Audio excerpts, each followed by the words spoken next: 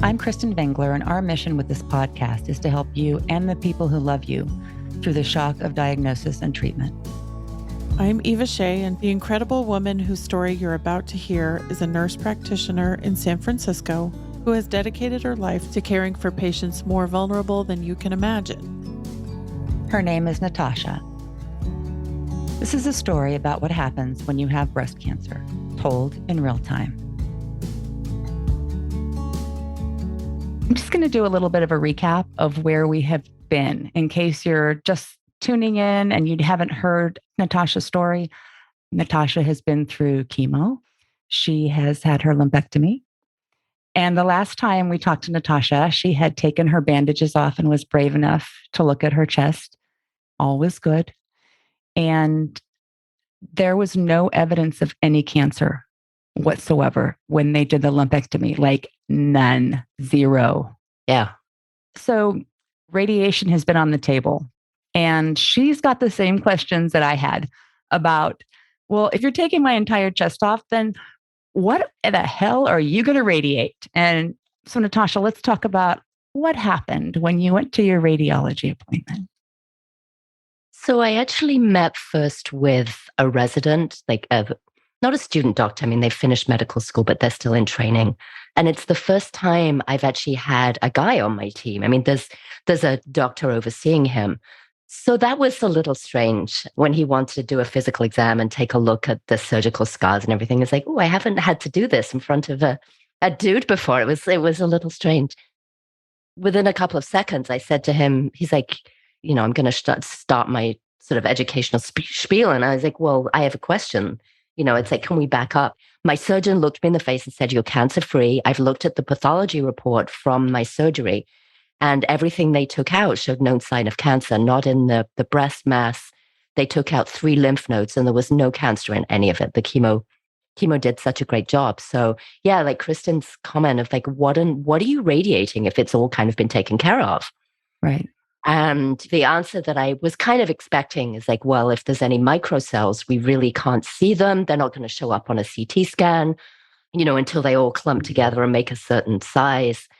And one interesting thing that he told me, and I don't know if it's going to be the same with every medical center, but he said, if you have a lumpectomy, you're pretty much guaranteed to get radiation.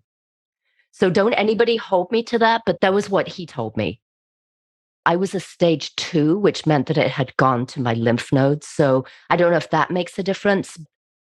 To back that up, I have a friend who had the choice. She had a recurrence after like 10 years, and she had a choice of a lumpectomy and radiation or a mastectomy. And her husband had actually helped build the MD Anderson here and knew a lot about the radiation. And he said, I know it sounds weird, but you're going to have less side effects if you have a mastectomy. Wow.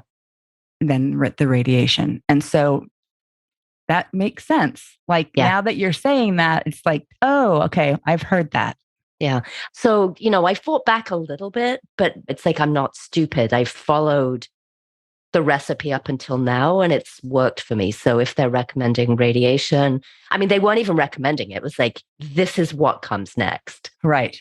But then things got complicated because there were 3 options. So everybody, all the medical team makes decisions for you up to a point, and then it becomes this joint decision-making that I think is really hard in medicine. Mm-hmm. So the options I had was, number 1, just radiate the breast.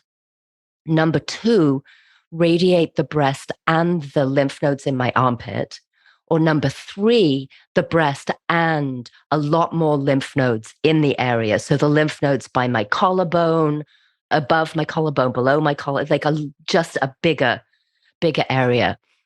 And so the resident's attending doctor came in and we talked about it. And there's a clinical trial for option number 3 for people with my stage to see if radiating a ton more lymph nodes actually does anything to prevent recurrence, but there's no data. Mm. And that would have been 6 weeks. Right. Number 2, which was do the breast and the lymph nodes, that made sense to me because I had lymph node involvement. And then number one, there wasn't much difference in like timing of the treatment or the length of treatment between option one and option two. So I opted for option two, but I spent some time really kind of trying to push the doctors on like, am I being foolish?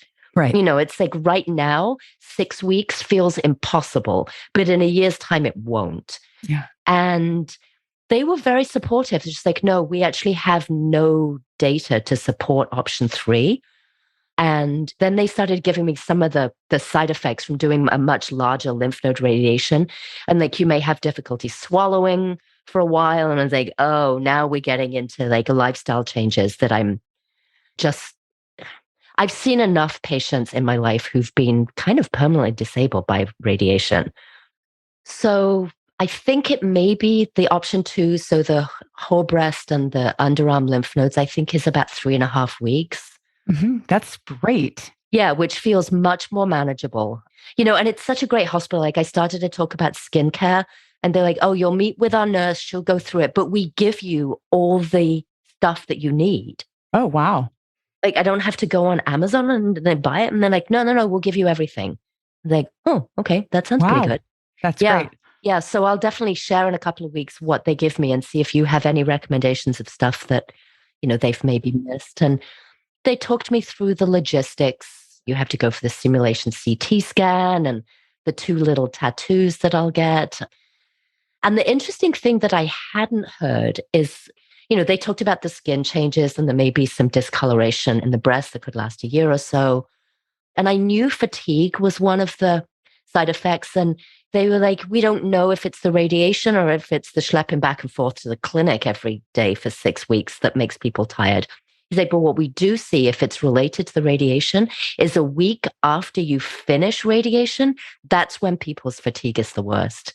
Yeah. He's like, your body's still dealing with the radiation. And I hadn't heard that before. I don't know, was that your experience? I had option 3. Right. And so I had pretty deep burns.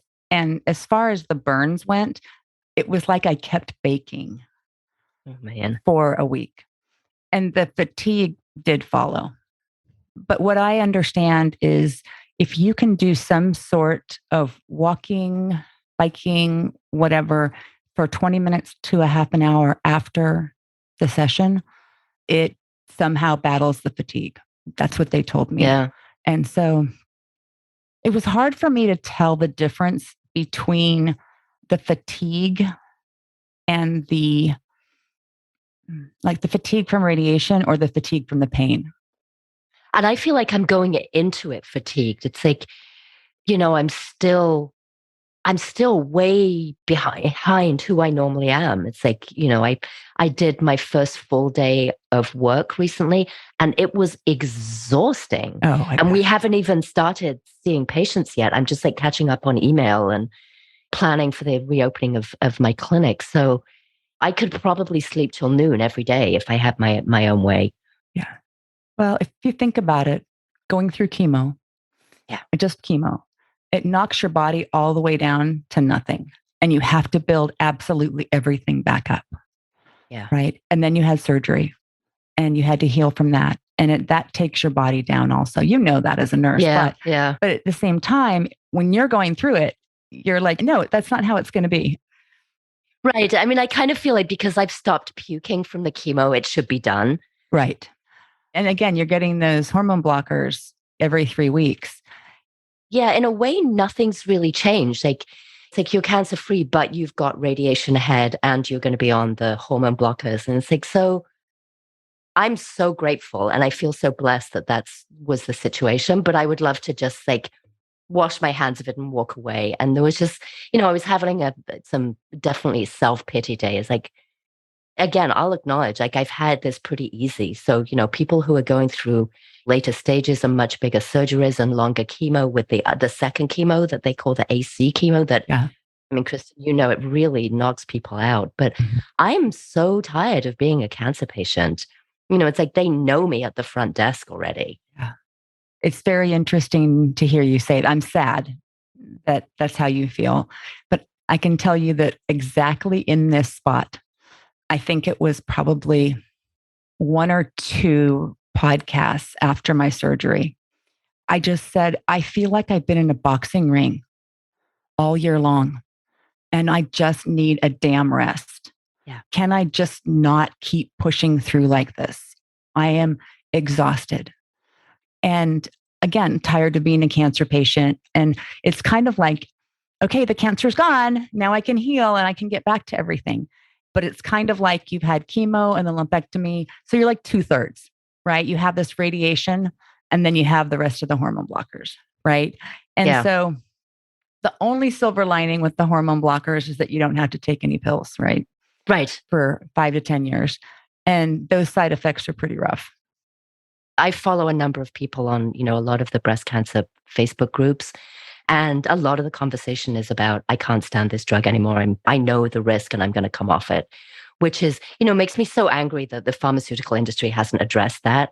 I'm not a chemist. Like, I don't know how drugs get made, but there must be a way to modulate some of those side effects. Like, if it's to the point where women are stopping taking something, it's like, come on, guys, step up, do something about it. Right. It's infuriating.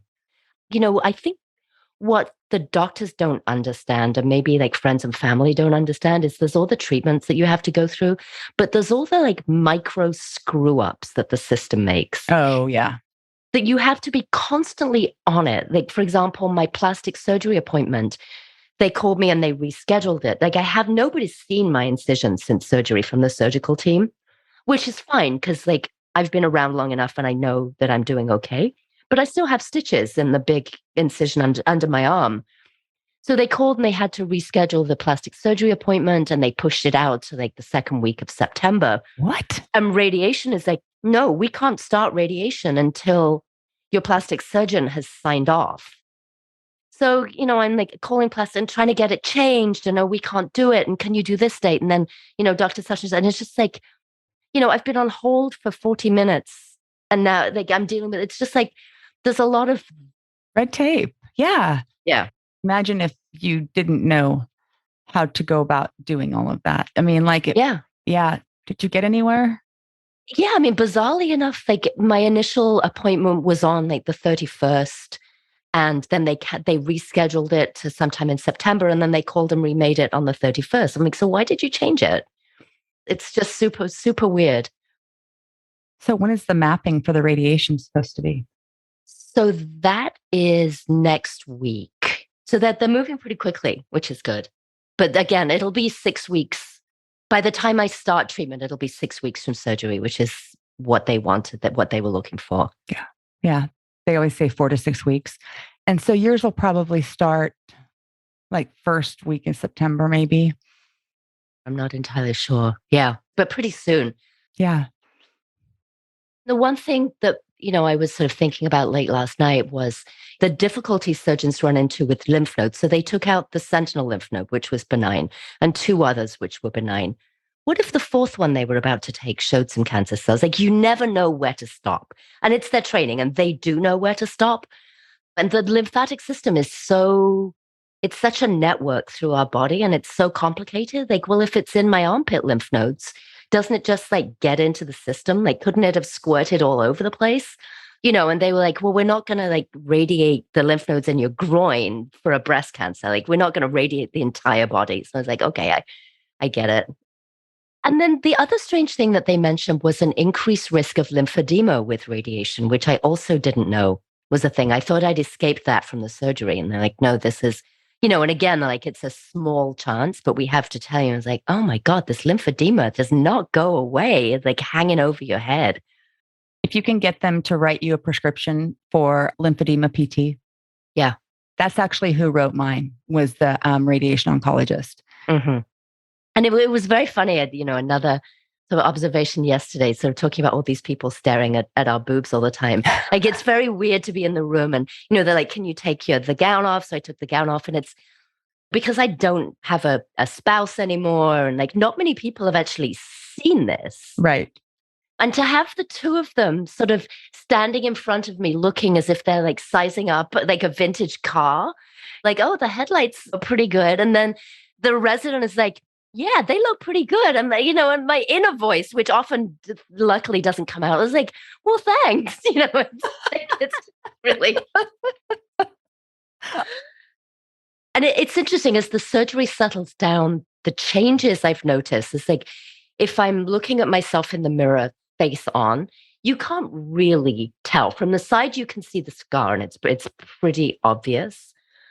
But if I tense the muscle in my right chest, the boob looks all weird and deformed and kind of like got like nooks and crannies and crevices. It's really odd, just like tightening that boob muscle. It's like, oh, well, I'll have to remember not to do that.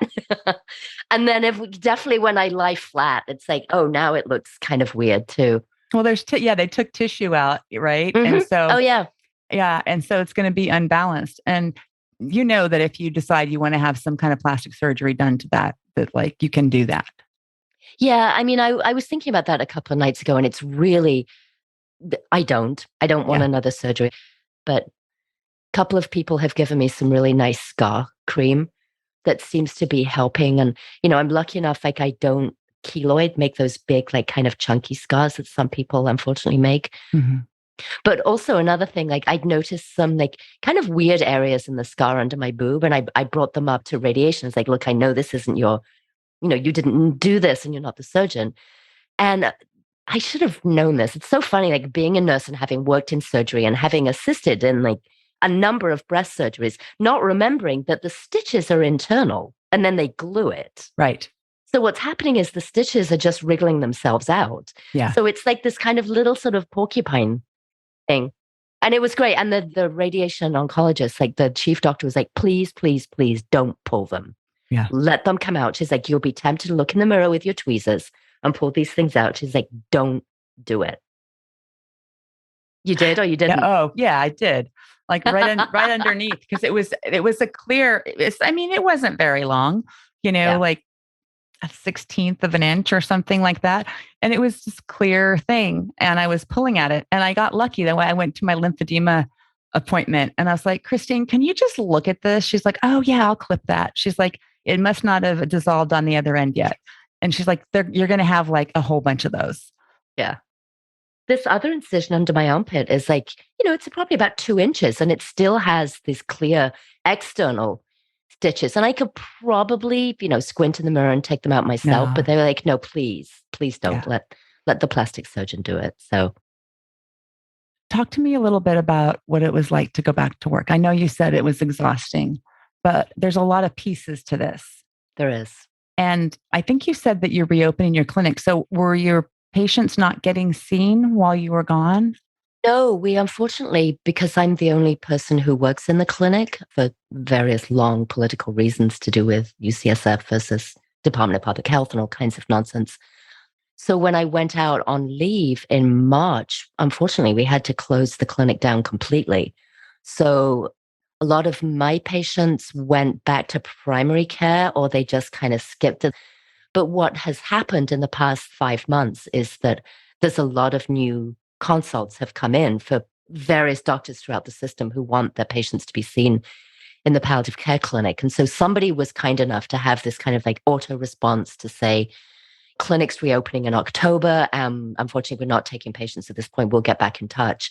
So what I'm doing now is going through all the new consults and going back to the doctors and seeing if they still want me to see their patients and scheduling the patients.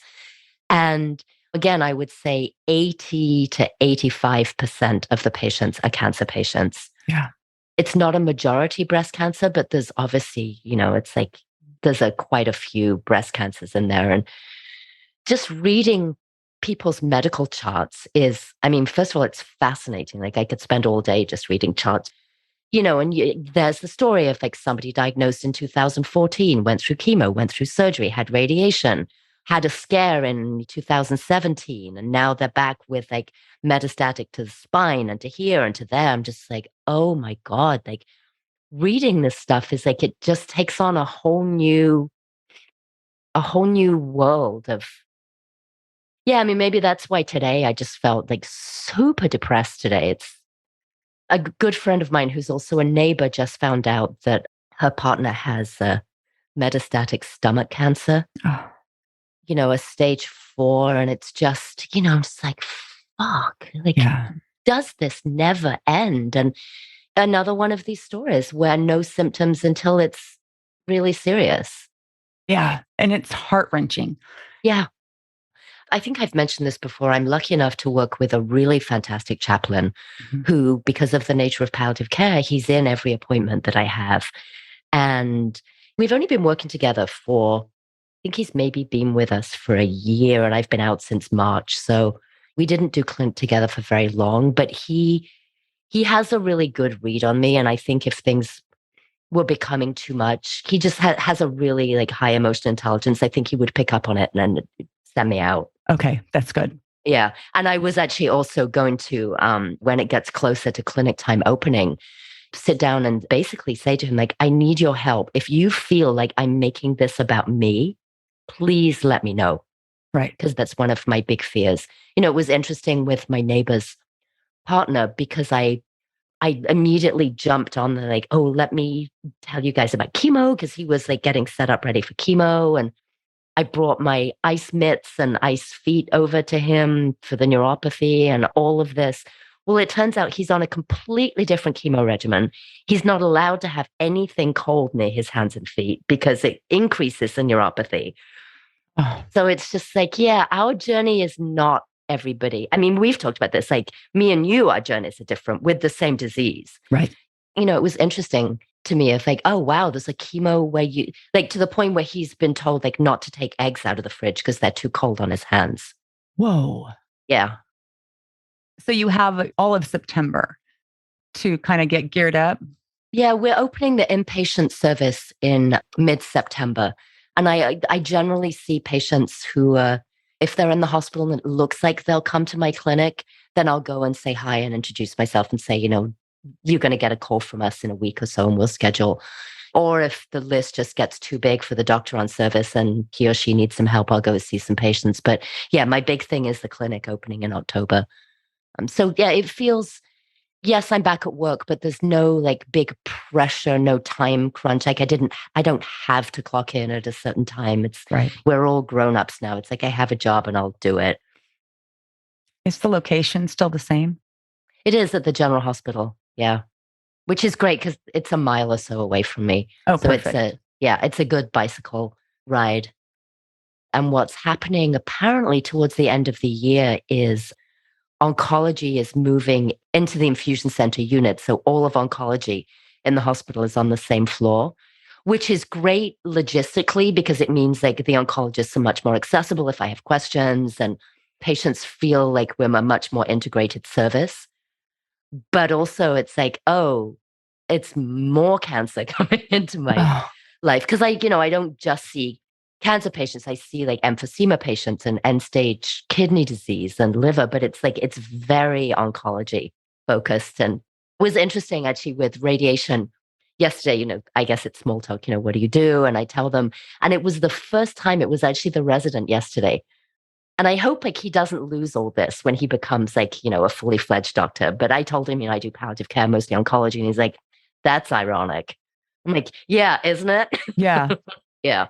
Well, how did it feel to go into your office after having been and still in an infusion center? I have much more of an understanding of what might be going through people's minds when they're sitting getting chemo from the very first chemo, where you're like, how's this going to go? Am I going to react? Am I like, is my Yeah. breathing slowing down? Like, what's going on? To the final chemo, and acknowledging that some patients, like my neighbor's partner is going to be on chemo for life. When I bitch and moan about, oh, I need to go into the infusion center until March, some people are like, this is your future. It's like chemo every 3 weeks until you can't tolerate it or your disease progresses. So I've had a number of patients come in with a stage 4 who are, again, on like chemo for life, or the chemo will stop because their blood counts go too low or something. And then they find out that the intent of the chemo was never to cure the cancer. There's no hope of curing the cancer. It's this so-called like palliative chemo, which is an interesting Wow. clash of words. And they're kind of furious. They're like, well, why are they treating me if it's not going to cure my disease? I don't get it. It's like, I'm not going to take antibiotics that aren't going to take my infection away. Very good analogy. Yeah. Yeah. Yeah. Yeah. They're just like, this is just making me sick. And it's not, how do we know what it's doing? Right. That has to be really hard to swallow because I think both you and I had the experience. And I know you talked about how it was very weird. You felt fine, but you knew that once chemo started in a few weeks, you weren't going to be feeling fine. Yeah. And it's weird to know that you're going to do something that's going to tear your body down. Right. And I don't know that I could have done that if we weren't working to cure it. Yeah. No, not away. So talk to me a little bit about your weight. Oh, man. So this week I'm down to 104 pounds, which I don't know. Like in England, we don't weigh in pounds. I don't even know how, like when I last weighed this little. I know it has a lot to do, like things will be better now I'm at work because there's much more structure in my day. I recognize like being single, being depressed, having become very used to not really eating. It's kind of a pain in the ass to cook for myself. Like I love cooking, but I like cooking for other people. And so I've become very accustomed to not really eating properly. And my body's sort of become very used to feeling hungry. I don't even know if I feel hungry anymore. Mm. It's got to the point where getting dressed for work the other day, because I don't wear scrubs because I'm not a bedside nurse, but I do like the sort of the professional, mildly casual, but I dress nicely for work. I think it's a sign of respect to my patients. But none of my freaking clothes fit. Like I just look like a scarecrow in them. And I was like, this is now becoming ridiculous. So last night in bed, I Googled high calorie foods. And today, actually sitting in front of me, I have a bag of dark chocolate raisins, a thing of peanuts, and a thing of dates. And one date is 55 calories. So Beat up, girl. yeah, 4 dates, and you've got 200 calories in you. But it's very weird to be shopping for snacks and what we kind of consider like crappy food. Like last night, I made chicken strips and French fries. And so like I was just trying anything. It's like, this is not what my mind has been raised as a woman in the Western world to eat. Like, Right. I think we're all on a diet from the age of about 15 or maybe even earlier these days. And it's just, I've been lucky enough that I have genes that I've never really worried about my weight. Like I think at my heaviest, I've been like 130, maybe a little over 130, but 104 is really, really disgusting. And I'm just sort of bony. My port sticks out a lot more. I was going out the other night and I had a shirt on that like with like a camisole top underneath. And so the shirt's kind of open a bit. And I was like, oh, my port's becoming really obvious. Mm. So I've also bought some of those very high calorie, and they say protein shakes, but I'm doing it more for the calorie. Like there's 500 plus calories in one of these bottles. So I'm like, initially I had this little bit of curiosity of like, I wonder how low my weight can actually go. Mm. And then I was like, no, that may explain my fatigue, my not unstable, but my sort of crappy emotional state at times, my horrible sleep. Last night I was still awake at 2:30. I'm probably really, really hungry. I just don't realize. Yeah. And I was sort of brought up in a family where you don't eat between meals. So if you're hungry, you wait for dinner. So we didn't have snacks and cookies and cake and any of that. It was just probably a very English approach, growing up in the 70s. Whereas now my new message to myself is, it's like I kind of have to snack all day.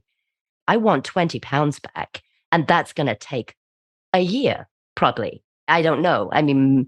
I don't think anybody would expect to lose 20 pounds really quickly. So I don't think I'm going to gain it back quickly either. Right. Some weight training could help with their muscle mass because muscle weighs more than fat. And so that could be something once you have the energy to do that maybe a doctor would recommend. And in that vein, what are your doctors saying? Have they been alarmed at all? Not particularly, no. And I think it's partly because I'm not really seeing a consistent doctor. Like my original oncologist, her work's kind of done. Like she's overseeing everything and making referrals, but I don't know that the radiation oncology team yesterday knew that a year ago I weighed 125 pounds. Well, they should have your chart and be looking. Yeah. That's my take. But No, you know? maybe if I went to primary care, it's like that. I don't think they're looking at it. All of the two drugs that I get in the infusion are all weight dosed. So you'd think there that somebody would realize that my weight's dropping and the dose I'm getting is actually decreasing. But I think it's just kind of outside of their realm of what they're looking at, probably. And how are your labs? Because if your labs are strong, they're probably like, oh, okay, she's healthy. Yeah, they really are. It's weird. So one of the blood tests that we look at for malnutrition is something called albumin. And I Mhm. was curious what my albumin looked like and my protein, and they're fine. I don't know if it's just like not cosmetic, but just like a body image thing, but also kind of recognizing that I have to get a handle on this. Like, I'm not saying like it's an eating disorder, but it's like there's a mild, just like reprogramming. It's like you're going to have to eat snacks all day. And, you're going to not going to go for the Pepsi light. You're going to go for like whatever the Pepsi heavy. It's like you just like, even if it's empty calories, it's still calories. And somebody the other day was like, no, you can't go through life counting calories. I was like, I have to do something at this point. It has to turn around. So that's my promise to the two of us. It's like when this journey finishes, I want to have 10 pounds back. Oh, yeah. Yeah. Yeah. By March, I think it's reasonable to gain 20 pounds by March. Yeah. Unfortunately, some of this is also a leftover from when my husband walked out. I just went to bed and didn't eat for 2 months. Right. So I'd already put that, I kind of associated not eating with a depression and a sadness that has just like, it's kind of my go-to. I know some people eat too much if they're sad and depressed, but I just shut down. It's like, I'm a worthless piece of crap and I don't deserve nutrition. Oh, gosh. Oh, yeah. Oh, it's great. So you mentioned the situation with your ex. Are you comfortable talking about kind of where things stand right now and how you're feeling a year later? Yeah, it's been interesting so it's been over a year. He left beginning of August last year, and he left to be with his girlfriend. So obviously him and I have not been together since then. And I was definitely doing better 8 months ago than I am now. And there's something I think getting triggered about going back to work, kind of starting over again. Like I've forgotten that a year's gone by. Like it almost feels like this is much more recent than it really is. Any couple separating, we're finalizing divorce paperwork and managing our 2021 taxes, and which we had to file together. And there's been a little more contact recently while we're dealing with just logistics of that. And it's I did one of those things where my cell phone has a different notification noise if I get a message from him. Right. And I should probably change that because I get like a little kind of burst of excitement, or I don't know what it is. Like But adrenaline? and I think what I'm realizing is like I miss having a partner that I live with, but he was right in realizing that we weren't each other's partner. Yeah. So yeah, I've just had some sort of loneliness, and I want to hang out with my friends, but I don't really want to socialize. And yeah, it's still very fresh. It's bizarre. It's like because I'm living in the house that we lived in together, and I've made some changes. I've changed the artwork and I've changed some of the carpets around and moved some furniture around, but I can still see his image in every room in the house. Like it wouldn't really surprise me to see him walk into this room right now. Right. And so other people are like, well, maybe, when your treatment's done, sell your house and buy another one. Like make something that's really your own. But I'm also one of those women that I gave a lot of the decision making over to him. And so I'm still learning how to make my own decisions, which Yeah. just little things like, decor for the house or which restaurant we're eating in. Like, not that he wasn't a bully about it, but he just like, he had opinions, and it makes life smoother if you go along with them. Sure. Because I really don't care what carpet we have, particularly, or which restaurant we like. I'm totally happy to hand the decisions over. And just the other night, like I was thinking, like, maybe I could, like, I love this house, and it's the only place I've lived in the US. But I was like, I could, maybe I could see moving somewhere else. And then, like my brain keeps telling me horrible scenarios and then I worry about it. And these don't exist. Like I was like, Right. but how am I going to pack the house up? Like I couldn't possibly do it. And it's just like, oh my God, like I'm getting stressed about something that is not even on the table. Right. That should be something fun also. Right. Like that should be exciting, And so if it causes you that much stress, it's not right now. Sure. And, it's like very few people actually move themselves 100%. You have to pay a moving company and they do it for you. Yes. So it was just, yeah, I think that's been the story of the past few weeks of like my brain just telling me horrible situations for me to stress out about. Yeah. And going through a period of wanting to have people around, but not wanting to socialize, it's totally understandable. You don't want to be that person who's like a bummer. Right. Somebody came by to pick something up yesterday and, we were sort of standing on the doorstep chatting and she's like, you look great. And I was like, no, I don't. I look like an emaciated skeleton. It's like, I really don't look great. I mean, maybe I don't look as bad as you think a cancer patient should look. But, if you could see my insides, they're not feeling great. And I was just actually having maybe a small realization when you were just talking about, the one thing that I'm not future tripping on. And maybe the reason I am future tripping on, like, how am I going to pack up the house when I sell it? Whereas it's like, I haven't future tripped on recurrence because I cannot even make headspace to think about that right now. There is no freaking way. There's not room. No. And it was interesting at the, with radiation yesterday, they were like, oh, and we'll schedule a follow-up mammogram in, like so many months, like something in whatever next year is 2023. And my first thought was like, first of all, like, how are you going to squish this poor surgically like mangled boob into a mammogram machine? Isn't it going to hurt? And also, it's back to like one of our main themes. It's like, this didn't show up in a mammogram in the first place. So why the hell am I getting mammograms? Exactly. I think that when you're going through these treatments too, like, of course there's no room. You're like thinking, okay, I'm going to radiation. This is something new. I'm also back to work. This is something, it's a whole different thing. And with going back to work and your routine and not having that same person at home. Yeah. You just got to say Pippa's that person. And I actually, I just signed up for an anxiety work group or something that starts in about a week. Again, it's on Zoom, which is, I don't know, we'll see how it goes. As my physical body heals over the next few years, I think I'm more worried about my sort of emotional and psychological state. Sure. I'm glad you're taking care of it. I'm glad that you're realizing it, and not just pushing it down. Yeah.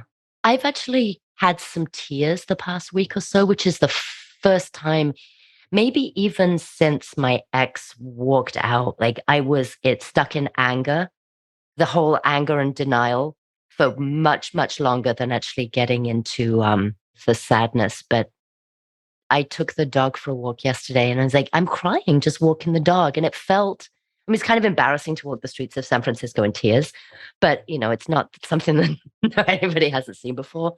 But it was, yeah, I think it's time to really, as sort of the acuteness of my treatment backs off, really looking at the emotional damage, which I think is, unfortunately, that's, I think, the hardest to heal because we're on our own healing that in a way. There's no cookbook of like, do this, do that. Right. It's just one day at a time. And then you relapse and you have a day in bed and you cry and, then you pick yourself up and keep doing it.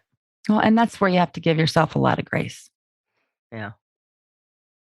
Do you have anything left to be done to you or are you just in like surveillance now? I'm just in surveillance. Wow. I'm taking my hormone blockers. Uh-huh. And so, I saw my surgeon a few weeks ago, my oncology surgeon. And then I saw Dr. Ali last week. Yeah, last Monday. And both of them said, you're healthy. Wow. So Dr. Ali, she said, you look really healthy. I said, well, I feel healthy. And she said, well, because you are. That's great. Wow. It's so funny how how those little half sentences from the doctors can be so meaningful. Completely. Just holding on to them. Yeah. Well, pretty much we've documented where we are. And I think the next time that we talk, you'll probably be in the middle of radiation. Yeah. If you're okay with that. That would be great. Okay. Well, I think that our goal is for you to gain 2 pounds a week. Yeah, we'll try. I have to go and eat now. Okay. Go eat. Go eat. Okay. Go eat something big. I will do. Okay. Love you. I'll talk to you later. Thanks. Bye. Bye-bye. Thank you for listening to Breast Cancer Stories. To continue telling this story and helping others, we need your help. All podcasts require resources, and we have a team of people who produce it. There's costs involved, and it takes time. If you believe in what we're doing and have the means to support the show, you can make a one-time donation, or you can set up a recurring donation in any amount through the PayPal link on our website at breastcancerstoriespodcast.com/donate. To get the key takeaways from each episode, links to anything we've talked about, and promo codes or giveaways from our partners, sign up for our email newsletter. You'll get notes and thoughts from me related to each episode and links to the most useful resources for all the breast cancer things. So if you have chemo brain, you'll be able to just go read your email or find anything we talked about on the podcast without having to remember it. The link to sign up is in your show notes and on the newsletter page at breastcancerstoriespodcast.com. We promise not to annoy you with too many emails. Thanks for listening to Breast Cancer Stories. If you're facing a breast cancer diagnosis and you want to tell your story on the podcast, send an email to hello@theaxis.io. I'm Eva Shea, your host and executive producer. Production support for the show comes from Mary Ellen Clarkson, and our engineer is Daniel Cruiser.